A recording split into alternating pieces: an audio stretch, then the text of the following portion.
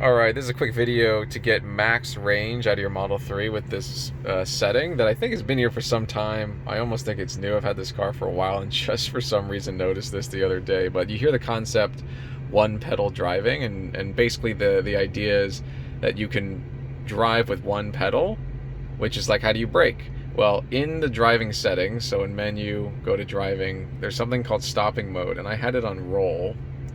So when the pedal is released, the car rolls forward. Creep is a little bit similar to if you have a gas-powered car. The car kind of always rolls forward, but then there's this one that says hold. And if you read closely, it says maximizes range by extending regenerative braking to the lower speeds. Lower speeds, what feels like when I have this setting on, the car does the regenerative braking around 25 miles an hour or underneath that speed.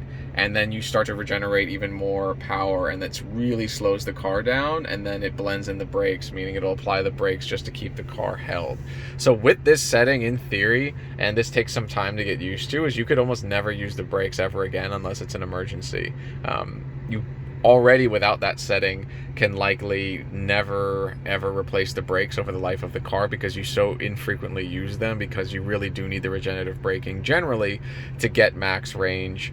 The rated range on an S Standard Range Plus or any of the cars is implying that you're using regenerative braking on standard. A lot of people, including myself, when you first get a Tesla, you may have it on low, and even that feels different because normal non-electric cars who don't have regenerative braking, you're used to letting off the pedal, letting the car coast, and then when a light comes up or a car's in front of you or something, you're gonna hit on the brakes. But low kind of eases you into regenerative braking, and then you put it on standard, which I would recommend having on all the time, and that's really how you can get the appropriate efficiency.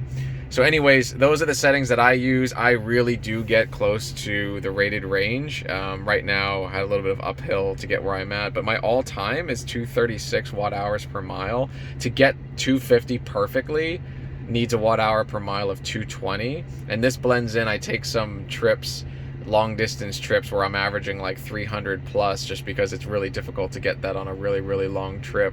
But around from like Phoenix to Scottsdale back and forth, I'm easily getting 220 or less all the time. So this car really does get its rated range, and I highly recommend this hold feature on stopping mode, because that's how you get max range, and it's called one pedal driving if you can get used to it. So enjoy that. If you didn't know, awesome. If you did know and know anything else and other tips, leave them in the comments. Feel free and subscribe for more videos coming soon, and talk to you in the next one. Peace.